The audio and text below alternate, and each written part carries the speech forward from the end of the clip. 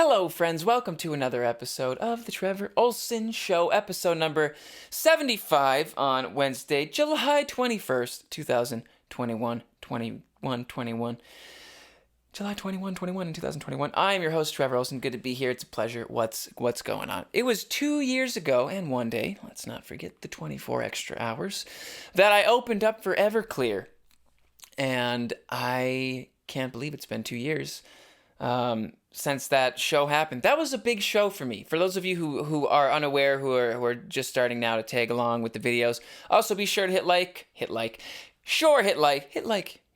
subscribe, join the channel, join the community. Let's talk. Let's get to know one another. And by talk, I mean talk amongst yourselves. I it's not good for my mental health to look too much at the comments. But by all means, comment away. So 2 years ago, go subscribe. 2 years ago, I opened up for Everclear, they are a cool band. They were especially cool and popular in the 90s, as far as if I'm getting that right. Didn't fact check. I'll be completely honest. I don't really listen to their music.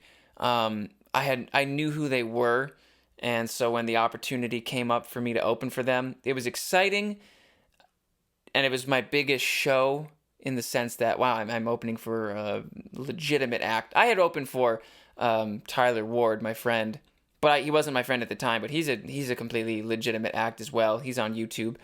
But I remember I opened up for them, and what was the other band called? They had that one famous song called "The Freshman." I know some of you. Let's see, "The Freshman." The Freshman by the Verve Pipe. Yeah, that's right. So I opened up for the Verve Pipe and Everclear almost a little over 2 years ago.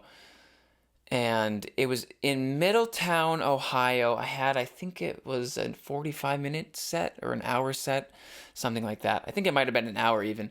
And I just remember it was 90 fucking degrees. So damn hot and humid.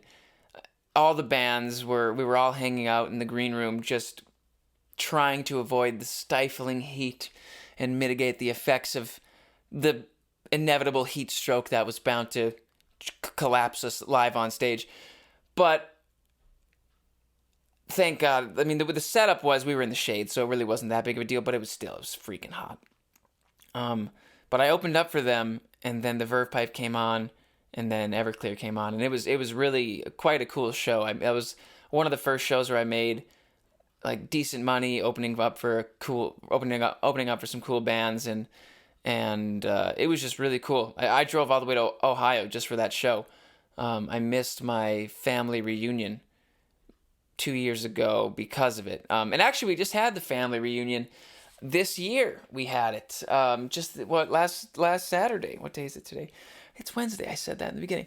On Saturday we had it, so just a few days ago, and I was in Ohio 2 years ago, and then last year was COVID, so we hadn't had the family reunion in 2 years, and it was fun to see. It was fun to see everybody, and it was just a good time. We had my neighbor's badminton set up here in the yard, and so we were playing that, and we were throwing footballs and little frisbee here and there, and I grilled out the food, and along with my uncle and my dad, we were all cooking. There's something about men and cooking that's very ancient, that goes back a very, very long time, and there's just something.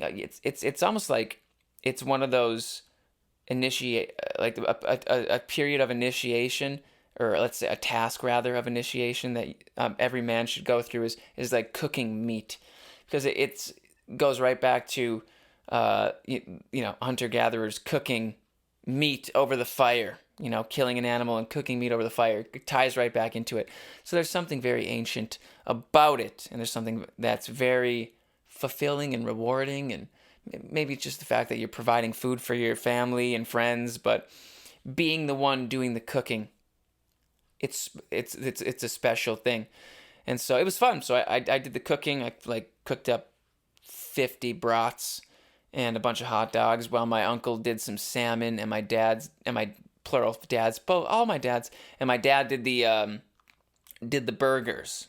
And I've been eating burgers and hot dogs ever since ever since Saturday, every night for dinner because we had a bunch of leftover food. But the reunion itself was very successful. Everyone had a good time. Music's playing. Um,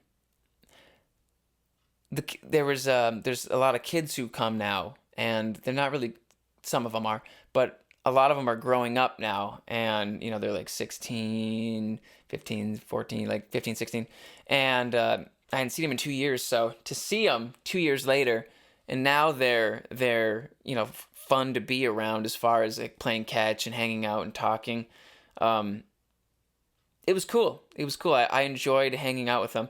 I was talking to one of them, and he was he might watch this. Hello, you know who you are. But he was telling me about like his dating life as a 16-year-old, and my God, is it different than mine as a 16-year-old, technologically speaking. Like he, like, it's so much more complex. We make it more complex than it has to be, but when you're young, you're not really thinking of the complexities of it, especially if it's all you know. So, for example, he was just telling me about, say he's talking to a chick and she's not getting back to him, and he's like, "Well, I can see your Snapchat score going up, huh? You're too busy to snap me back, but I can see you're on Snapchat." Like that right there alone, it's like, oh God, like that's just not going to go anywhere positive.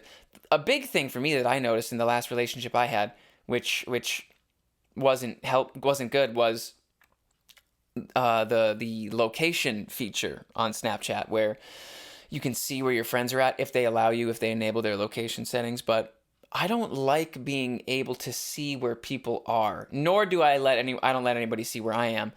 But for the most part, if people just have their settings on, you can see where they're at for the most part. And this chick I was seeing, it got to the relationship ended badly, it just ended, whatever. But it wasn't fun, but it got to the point where I was like checking her Snap location, and I was like, well, that's a clear sign I don't trust her. And then things ended. But even that alone, like, you could say that that's a useful tool. Like, okay,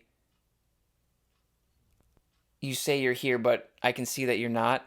So you catch them. You could catch them in a lie, I suppose. But the relationship was already falling apart. It was starting to crumble. So it was just like an added cherry on top, a shitty cherry on top, but a necessary cherry on top. You don't want to be with somebody who doesn't treat you well or who you can't trust. So it's necessary.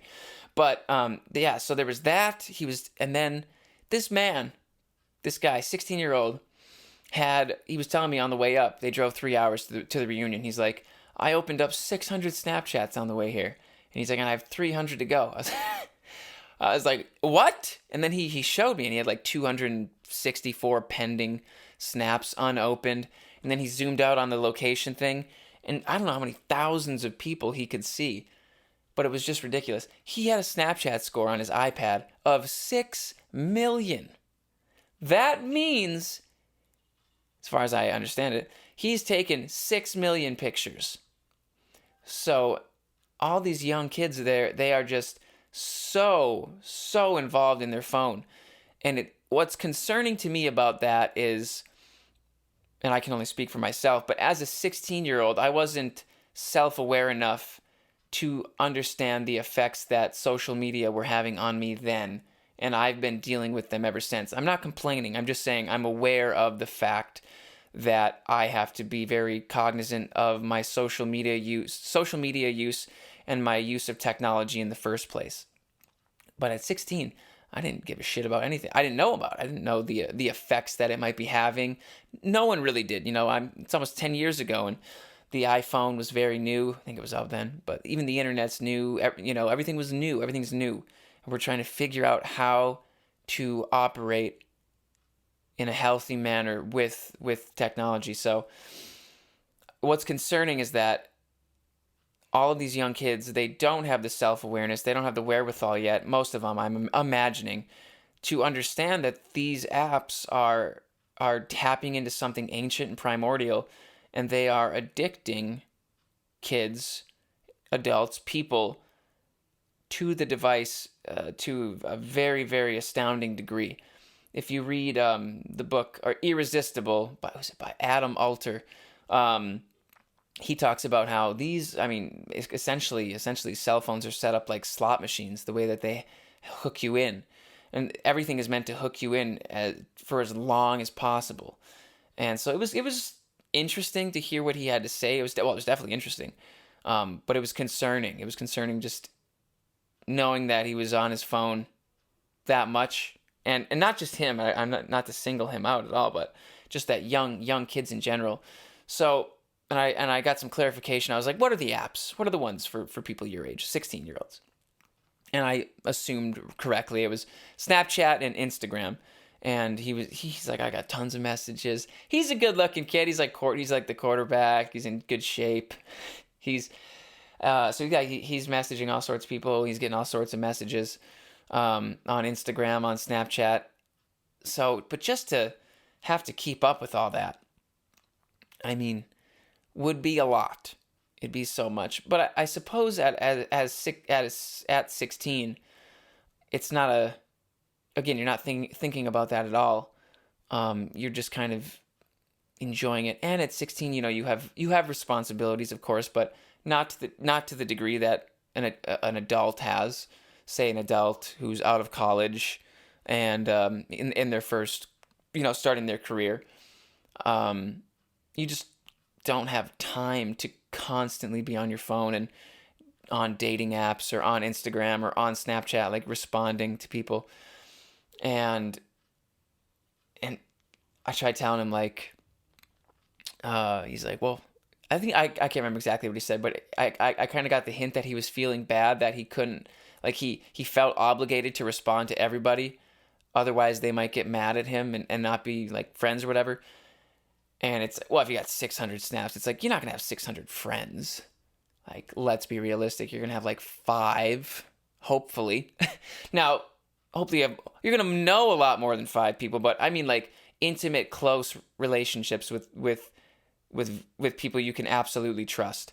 Like, it gets smaller, obviously, as you get older. And it should, because everybody goes off and does their own thing, and you begin to see people for who they are as time goes on, and you either hang on to the relationships and let them foster, or you remove them, or people remove you. Like, and that's okay.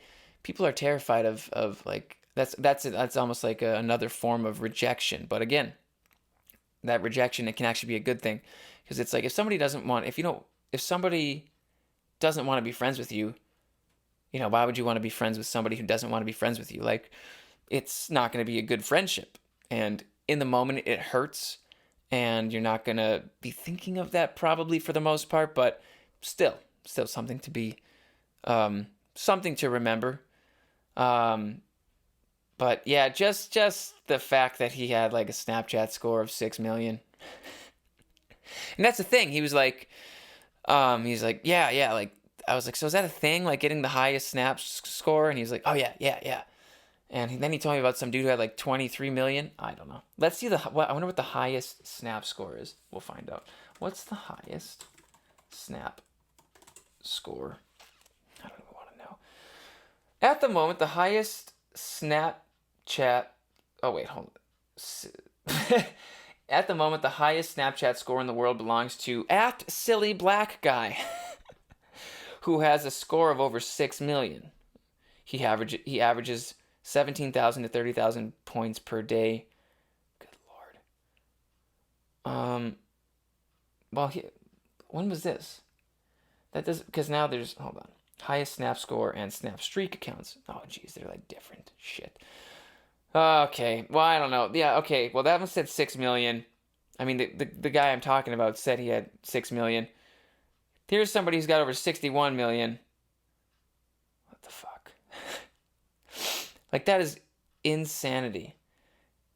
61 million snap score. Again, as far as I understand it, that means like you've sent out 61 million pictures. 17,000 to 30,000 a day. That's all you would do. That's literally you just be on Snapchat all day, every day, all the time, and that would be your thing. Maybe if he's making money at it, at silly black guy, maybe if he's earning some, which I imagine he is, I would think, but jeez, I don't know. I have my notifications off for Snapchat. I will use it, admittedly, and I do check it on a regular basis. But as far as getting notifications, I shut those off.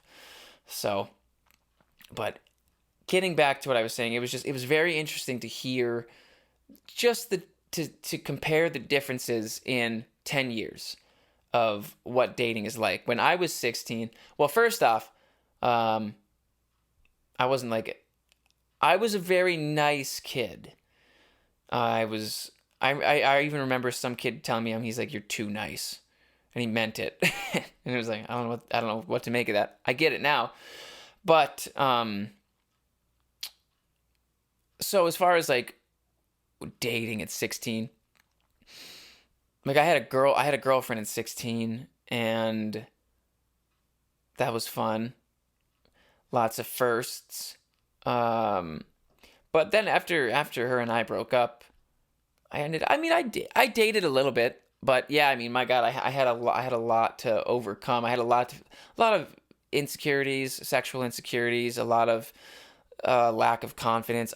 Not only that, but just like a lack of understanding of, hey, it's okay to be sexual with the person who's also interested in being sexual with you. But like as a 16-year-old, you're horrified and you don't know what you're doing at all. And that's okay for any 16-year-olds listening out there. It's okay. It gets better. I promise. Don't worry. But I also took things like slow. Like, yeah, I was a pretty good boy. I was a good boy. But so for me, there was no, I mean, if there was Snapchat, I don't even remember how old Snapchat is, but if there was Snapchat, I do remember it coming out in high school. So it probably was around. But it was just coming out, maybe. I remember I didn't even really know how to use Snapchat. I remember when it first came out and the pictures disappeared, I was like, well, that's stupid. What's the point? And then I eventually figured out, and I was like, oh, this is neat.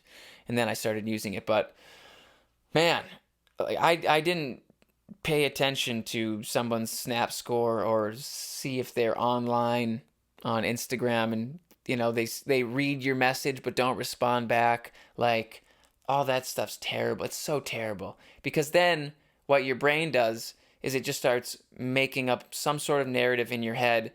And again, unless you have the self-awareness and wherewithal to question the narrative that your brain is positing, you're going to drive yourself crazy. Like I did that with someone once where they weren't getting back to me. They weren't responding. And I could see that they were reading my messages. And I was like, what the fuck? Like, you're reading my messages? And I just got really sort of neurotic and incredibly anxious. And it's not good. So I stopped doing all that, hopefully. Stop reading into everything. Stop overanalyzing. If somebody wants to be with you, they'll be with you. Somebody wants to talk with you, they'll talk with you. And it's not your job to convince them otherwise. So yeah, I don't know. Just, it's so much more complicated now. And maybe it's not complicated. Like, there's so much more access for people to reach other people with dating apps and just different ways to communicate, a billion different ways to communicate and get and connect. But I make it a point too, if I connect with people in person, even if like I meet somebody on like a dating app, like pretty much right away I push to meet in person, almost right away. If I'm interested, not just every person, but if I'm interested and I want to meet this person, right away I let them know. And it's not like it's just simple, like, hey, I'd like to meet you. Let's meet up here at this time. Blah blah blah. And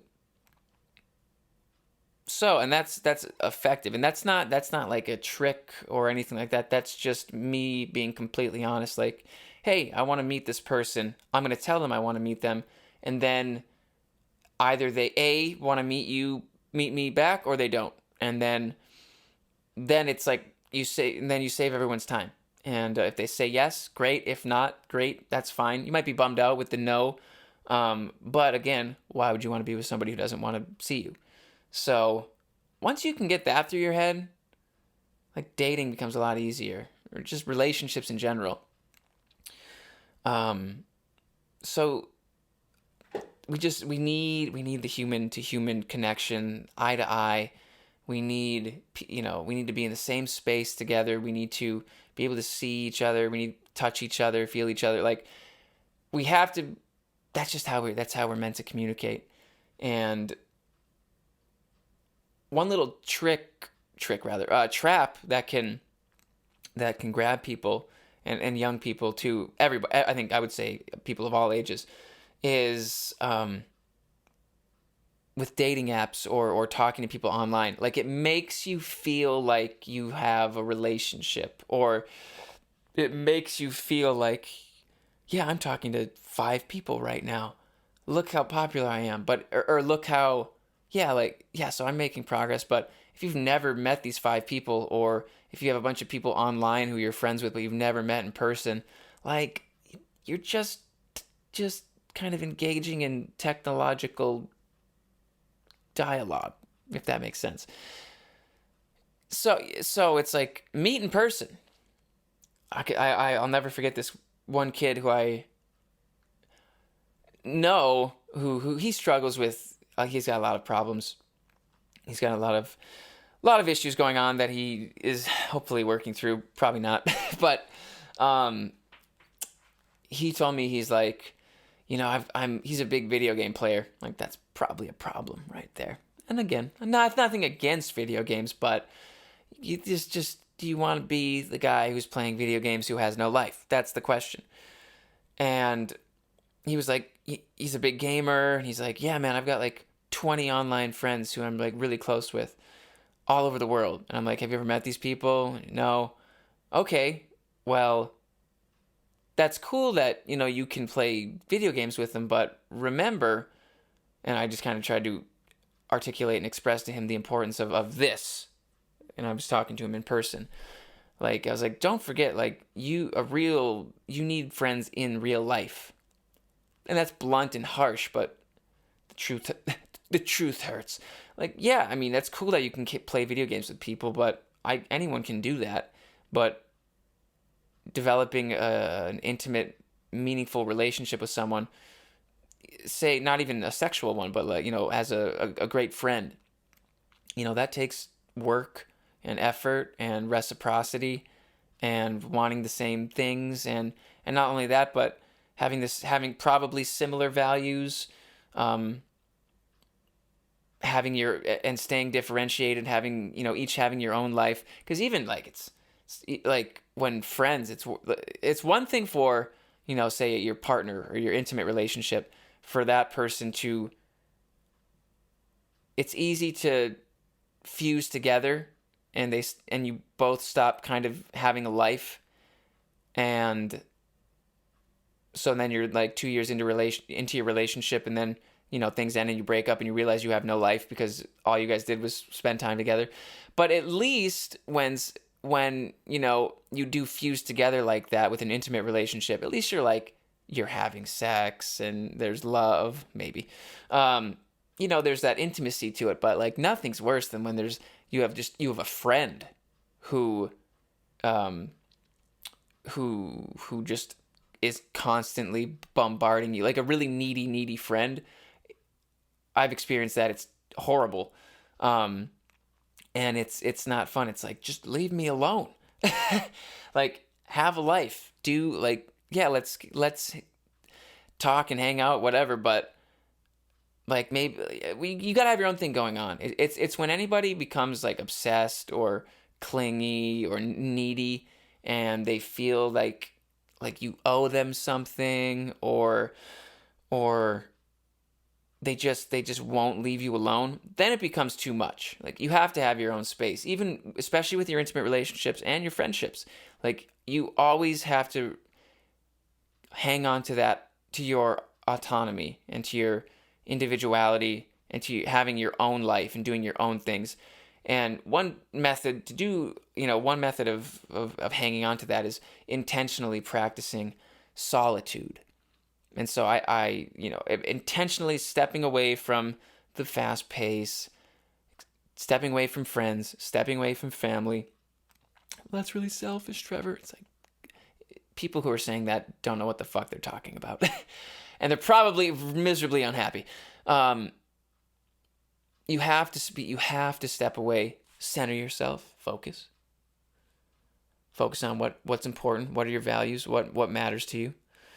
And when you step away into solitude, you're able to calm your mind, you're able to think a bit more introspectively, you're able to go over some sort of checklist, like how are you doing? You're able to check in with yourself. That's a good way to put it. You got to check in with yourself all the time, preferably on a daily basis. And when I say solitude, I don't mean go off to a cave or disappear for a few weeks. Unless you want to do that, I would totally do that. But I mean, like, get up earlier if you can. And make that a routine of okay, the first hour of my day, or what, let's make it really easy. The first 15 minutes of my day, instead of getting up at 7 when everyone's up and getting ready and things are already crazy, I'm gonna get up at 6:45. I'm gonna get up at 6:45. I'm gonna wake up. I'm gonna have that 15 minutes to myself. I'm gonna check in with myself. I'm gonna see how I'm doing. I'm gonna see what I need to work on. I'm gonna see what needs work. And then things get rolling 15 minutes in. So even something as simple as that, I have my whole morning is strictly solitude. I am alone outside, listening to a book, drinking coffee. After that, I do 30 minutes in the sauna alone, and then I take a cold shower alone. Any cold people want to come in and take a cold shower with me? And then I do my breathwork meditation alone in my room. So I'm up at 7:30. I don't really start talking with anybody until 10. And I try to not engage with anybody through text, through call, through email, through anything until 10 o'clock. And I've done that very intentionally. And that has really added a lot of value to me, I would say. Maybe I'll change it up someday. I imagine I will. I'll probably end up getting earlier when I'm older, when I have more responsibilities. But that's made a huge difference in how my day goes. Because it's not just about that moment of solitude, although it is, but it's how that intentional time of solitude carries over into the rest of your day. So you're gonna treat people better. I would say you're gonna be less irritable. You're gonna have a bit more clarity about what you want, what you need. And so I'm fortunate. I'm able to take like 2.5 hours in the morning, and do what I want to do, which includes educating myself through reading for the first hour, and then usually silence in the sauna or a podcast. And then, a cold shower, which is just a few minutes. And then the breathwork meditation, which is about 15 to 20 minutes. And that's just all alone in your own head. And it makes a big difference. So I would encourage you guys to consider stepping away very intentionally from other people if you can, on a daily basis, and make it a daily routine. And it's not selfish, it's not mean, it's you putting yourself first, making your needs a priority, and taking care of yourself. And by doing so, you're going to be a better person to those around you, and you yourself will be a better person in general. So I hope you enjoyed the show, friends. The camera made it all the way to the end. It's been going out recently, so that's nice. Like I said in the beginning, be sure to subscribe. Be sure to like the video if you enjoy the podcast. Also, sign up at patreon.com/Trevor Ohlsen for exclusive bonus contents. For exclusive bonus content, I'd like to keep growing that. You can get Saturday bonus episodes every Saturday. I do them. I think that's it. So hit that. Yeah, be sure to smash that like button, subscribe, and turn on the little notifications bell so that you get these every Wednesday. And if you sign up on Patreon, you'll get them on Saturday as well. So go check out the Monday morning newsletter. Just type in trevorolsen.com/newsletter, and that will come up. If you're interested in reading all of the Monday morning messages, they're on there. It's really just me extrapolating on ideas that I'm interested in writing about, some sort of topic or idea that I'm thinking through. Music, Spotify, podcast, Apple Music, YouTube, all over. So I think that's it. All right, you guys keep doing your thing, keep moving forward. Thanks so much, and I will see all of you on Patreon on Saturday.